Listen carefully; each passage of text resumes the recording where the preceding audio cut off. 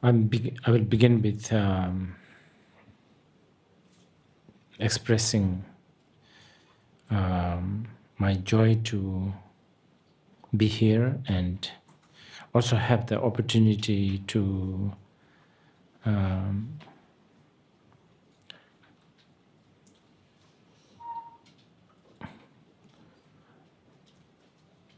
how should I put it? Not really teach, but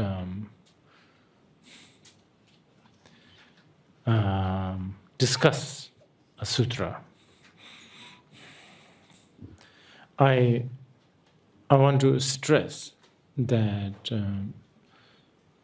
unless you have reached a certain level of the bodhisattva bhumis, the first bhumi especially, one cannot really teach sutra.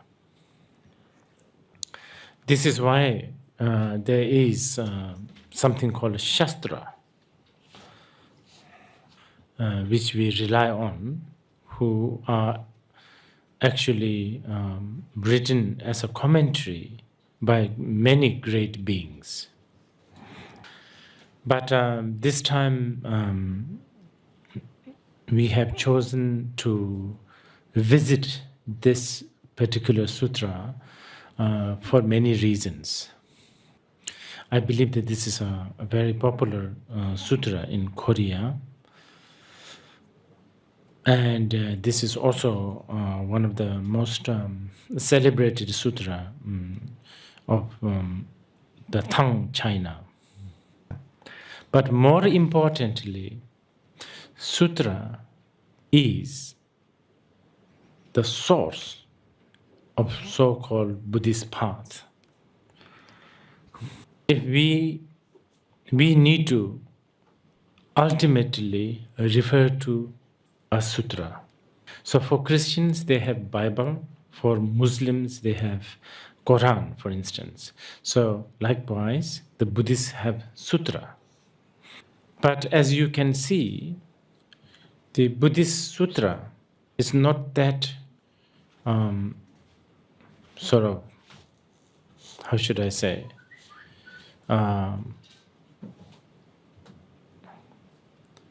it's much more complicated than like the source book of Christianity or Islam.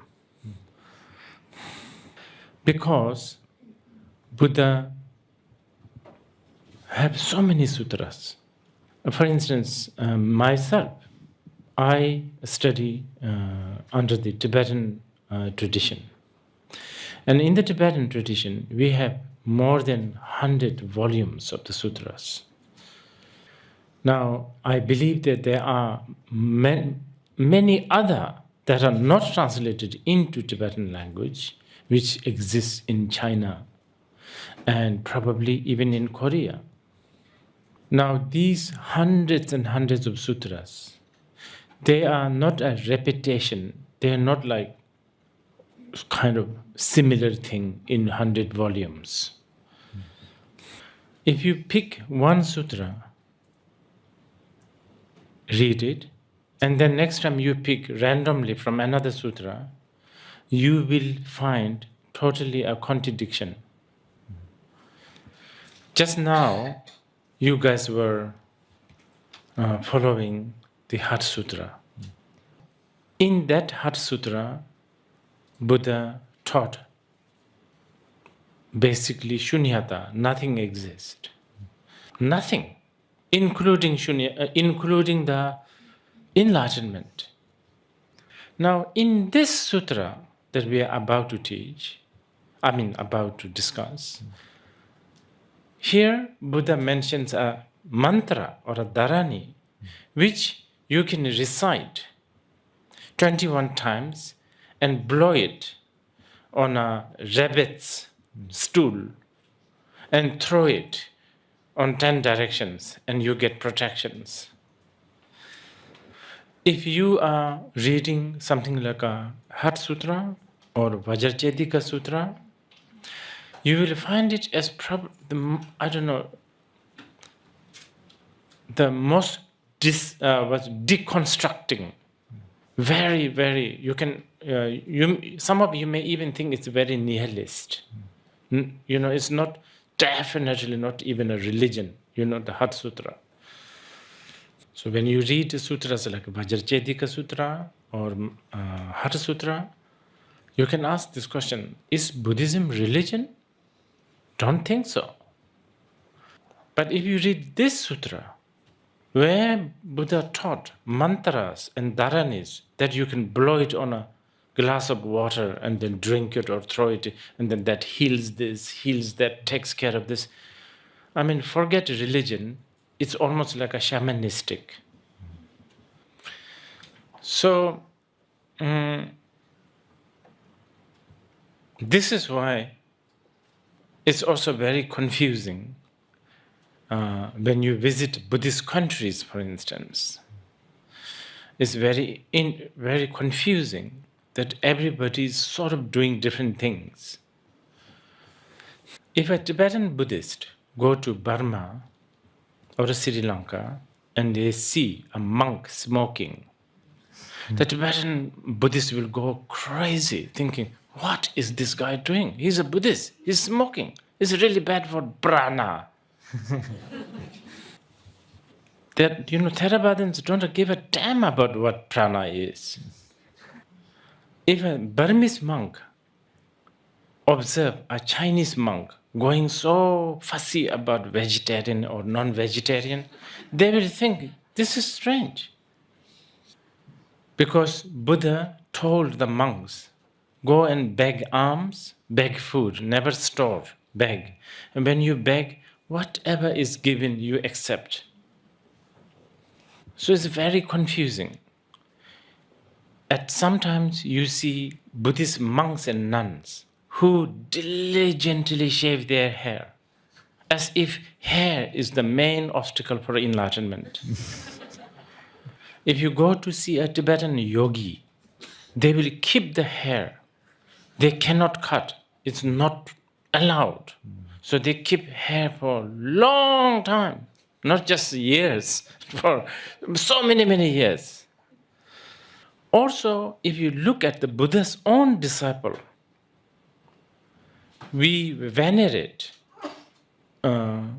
figures like Shariputra, serene, monk, shaved head, begging bowl, bare feet, begging food. We venerate them. We venerate him, Ananda, Shariputra. But also, we venerate people like Avalokiteshvara. Earrings, gold rings, bracelets. He's very rich. He has a lot of diamond rings. And then, it's even more strange, if you go to Tantra, we also venerate Mahasiddhas, who some of the Mahasiddhas have taken a vow never to tell the truth. All they do is lie, no matter what. Small questions, big questions, all they do is lie.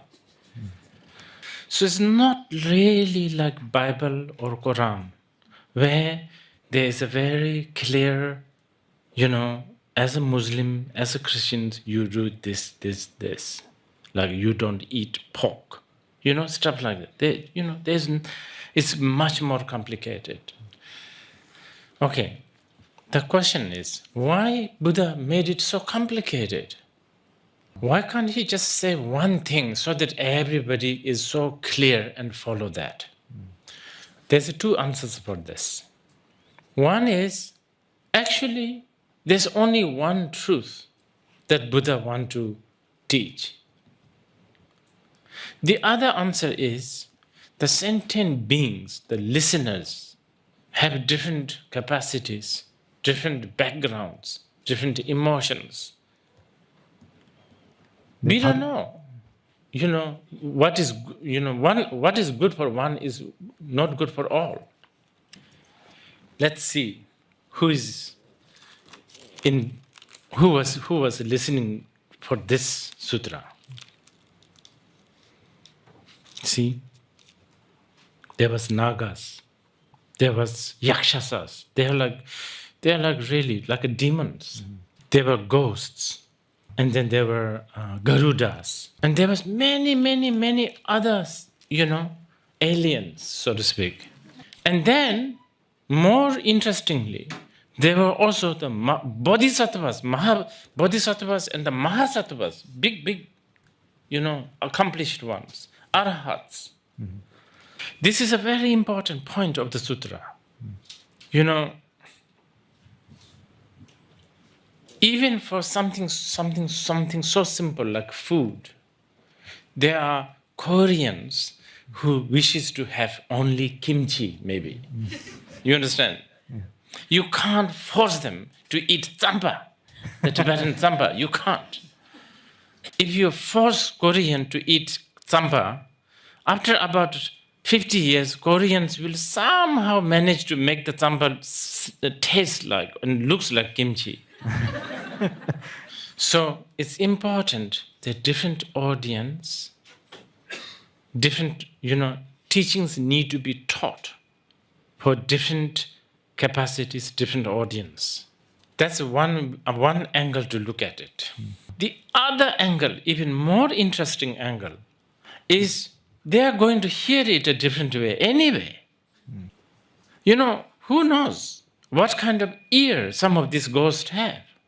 It's a bit like, does a fly understand the difference between, the taste difference between honey and a shit? Do they have such thing? We have 5 or 6 senses, you and I. Some of these audience, they have 1 sense. And others have 100 senses, which we don't know what they are. We only know 6. For instance, it's believed that the bodhisattva of the first bhumi can taste food with eyes. Wow. With your eyes. Or see visions through ears. So, again here. So, different people hear different things. And this is also again important for you to notice, because sutra actually begins with Ananda saying, "Thus have I heard." And this statement, "Thus have I heard," is so important statement. Not only it exhibits Ananda's humility, he's also saying, I have heard this. I don't know whether Buddha taught this. Now, there you can raise an issue. Hey, so are you saying that you heard this? Probably Buddha never said this? You could dispute this. Ananda takes care of this problem very well with other reasons. For instance, first, he talks about the place. I have heard this at this place, with these people, at this time. Building his case, basically.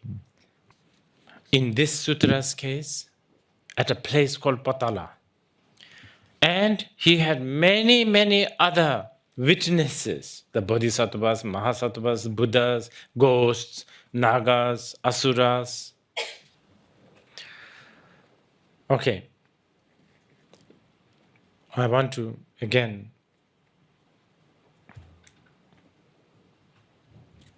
draw your attention that sutra is vast and deep. And there are so many sutras, and they all say different things. So now, as a follower of the Buddha, we need to somehow make our own way, our own path. How do we do that? How should we choose one, let's say? For instance, someone who is very intellectual, someone who is very critical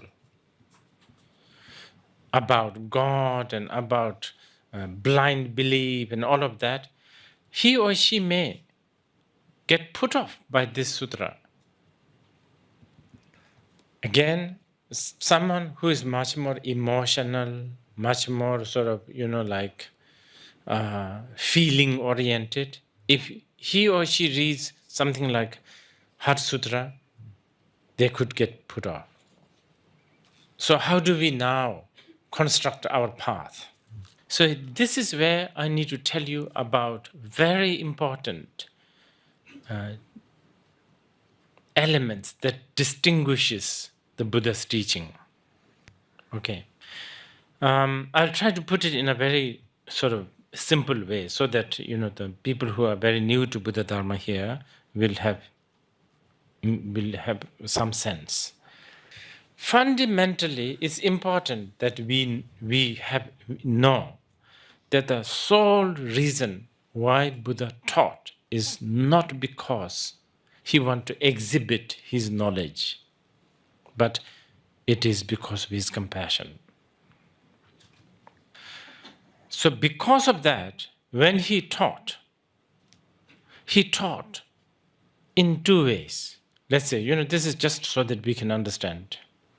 There are certain teachings he taught, quite a lot of it actually. He taught, he did not really mean it, but he taught. I don't know, don't want to say that he lied, but he didn't mean it. I have been calling this Cinderella teachings. Then there are teachings he taught, he really meant it. Now, there are few sutras that are sort of borderline. They are like a bridge between Cinderella and the real teachings. The reason why I call this Cinderella is because when the mother wants to put the baby to sleep, you tell these Cinderella stories. Mother knows there is no such thing as Cinderella. But for now, the baby needs to sleep. If the baby is not sleeping, baby will get sick. And it could really lead to a big problem. So anything to put him to sleep. Lot of teachings like that in the sutras. Now, this is important, You should not look down at these teachings. Those are Cinderella teachings. You cannot. Because we will not be able to get rid of this babyness for a long time. And as long as we have that babyness, we will need a lot of Cinderella teachings. And this is one part of this is also Cinderella. I'm crossing a very dangerous territory now. If you tell Pure Land school people, the concept of Pure Land is actually a Cinderella. They will get angry. They will beat me up. But I do not, when I use the word, it's a Cinderella, it's not a derogatory term. For me, it is a praise. For me, Pure Land school Buddhism will benefit more people because there are more babies. Who would like to read Heart Sutra? No nose, no eye, no tongue, no this, no that, no that. What is this? It doesn't do anything. But even the Amitabha Sutra, like a Pure Land school, actually it has a lot of non-Cinderella teachings. But the dosage of the non-Cinderella aspect is kind of little. How do you call, in Korea, how do you refer to Amitabha? Amitabha, what does that mean? It means Amitabha. Right? Amitabha Buddha. Okay, that's fine. Okay, Amitabha in Sanskrit means boundless light. Now, there, the name Amitabha, boundless, measureless, is this dosage of direct non-Cinderella teaching. So the name of the Buddha himself is actually direct. But we don't want to talk about it too much because the babies don't understand this. Because you don't want to give a baby a well-done, steak. Better to give baby mashed potato or something like that. Something more easy to chew. Okay, so you got it now? There are two kinds of teachings. One is where Buddha really did not mean this way, but for the sake of bringing the people into the more profound path, he taught this and that. And then there are other teachings that are non-Cinderella, such as Vajracedika Sutra, Heart Sutra, straight. No dressing, no, side dishes. Well, if you take it that, you take it that way. You know, it's basically, it's raw. It's raw. I would say, as a quantity, there's probably more Cinderella teachings. Obvious reason. If you are asking me personally, what do I prefer? It's a bit like this. My head prefers non-Cinderella, but my heart will just fall for the Cinderella. It's like this. My head, studying Madhyamika for many, many years,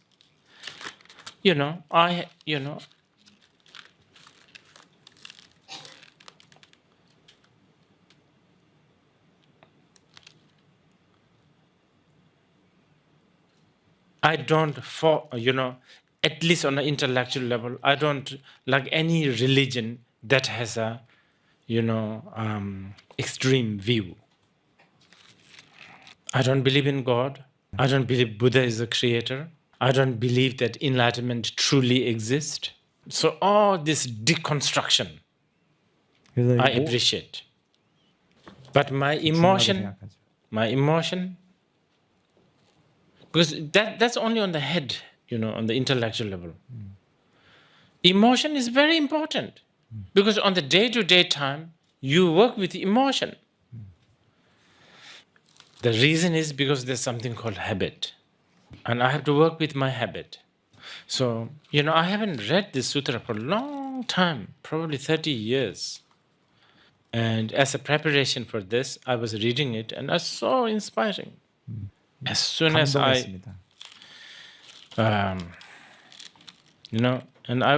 I'm very much looking for,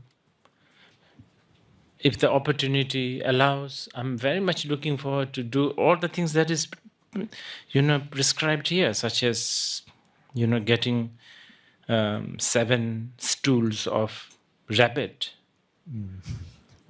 Although purpose is, that you are supposed to chant this mantra and blow it on 7, like the rabbit's stool. Stool is like shit, basically. 여러분들 이제 You 경전을 call it 보시면 rabbit's stool? What do you call it? Those like a roundish thing. Yeah. You are supposed to do that if you have a problem with zombies. 예, You understand? See, I want to talk about zombies. Do you believe in zombies? There are certain problems that we don't have it anymore. I don't think the zombie problems is very prominent. There is not so much of a case like you call dial 911 because there is a, zombie problem. This is supposedly latest iPhone. In about 100 years, this will be in the museum. And our great-great-grandchildren will laugh at this and in the past, what a clunky thing they are using. So that's why when I mention about zombie, you are laughing at it. Because it used to be a problem which does not exist now. But let's say one of us, we get rewinded to the past, okay? And then look back to the present day. I think you will think, oh, this is a room full of zombies. We are like zombies. Most of the time we have no direction. Most of the time, if we are hungry enough, we will eat someone else. So, therefore, this mantra is as relevant today as it used to be. I'm going to get a rabbit shit, not the rabbit, and I'm going to blow on it. And then, as I travel around the world, I will throw it, especially in the crowded place. Crowded place. Also, accepting I myself like a zombie. Is it in the Korean translation, the Yes, zombie sir. bit? Yes, I think Yeah, so. zombie. Yeah. I'm trying to. The reason why I'm telling you this zombie bit is important because I don't want you to think this is an outdated. You just need to understand things in context. There are certain things, because due to the time, due to the situation, due to the environment, we don't understand a lot of things. And zombie, I guess, for most of you right now, yeah, especially you younger generations, your reference to zombies is probably some Hollywood production. I think the word rolang in Tibetan, the rolang has the connotation of basically half dead. If we have time to talk about it like tomorrow, we will talk about a little bit about half dead. Did you have a coffee this morning? If you had a coffee, for instance, when you were sipping the coffee, did you know that you were having coffee? I bet most of you are thinking about something else while the coffee is slowly going down. See, proved that you're half dead. Do you know that you have been sitting there? I'm sure not until I mention you. So on and so forth. So the lack of awareness makes us half dead.